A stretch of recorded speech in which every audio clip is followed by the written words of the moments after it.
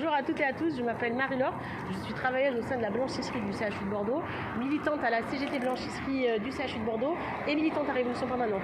Si je fais cette vidéo, c'est pour vous appeler nombreux et nombreuses à venir participer avec nous lors d'une réunion publique vendredi 28 octobre à partir de 18h au Zigzag Café à Bordeaux pour le lancement de notre nouvelle organisation révolutionnaire.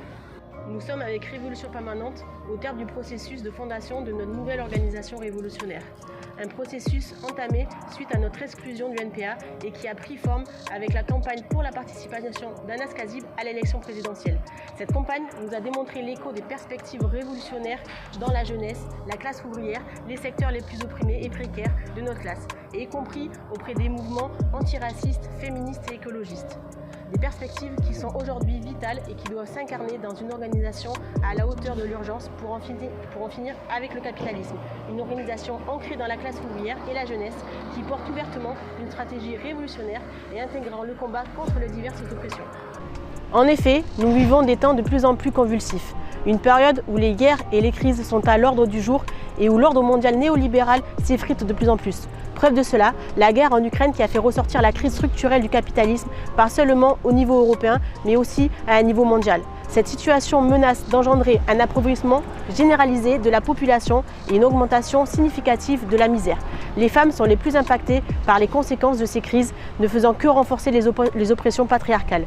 Dans le même temps, les multinationales et les grands patrons continuent de vivre dans l'abondance, accumulent les milliards sur le dos de crise et refusent d'augmenter les salaires. Combiné à la crise climatique et à la militarisation des puissances occidentales, il est clair que le capitalisme ne peut que nous faire tendre vers la barbarie. À cette situation, le gouvernement s'apprête à nous faire payer la crise en préparant ses contre-réformes, notamment celle des retraites, pour nous faire travailler plus longtemps. Il renforce également ses aspects les plus autoritaires, comme l'ont démontré la répression des Gilets jaunes et les offensives sécuritaires qui continuent de mener depuis. Pour autant, alors que nous subissons l'inflation au quotidien, ces offensives mènent à des situations sociales explosives.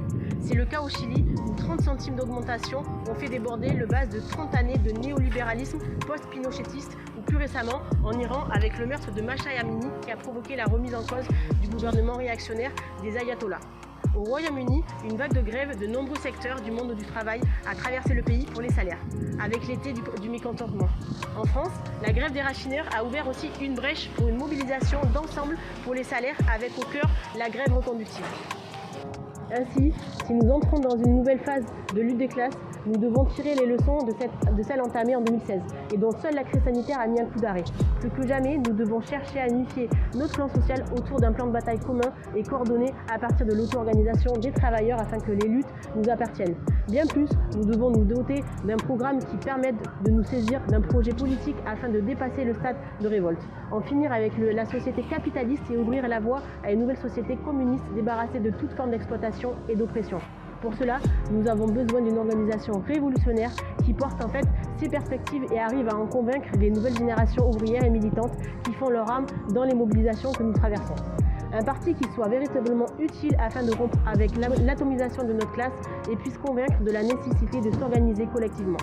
Cette nouvelle organisation révolutionnaire doit tenir compte ouvertement des bilans de l'extrême gauche qui a perdu durant ces 20 dernières années son influence et se trouve aujourd'hui en position de marginalité.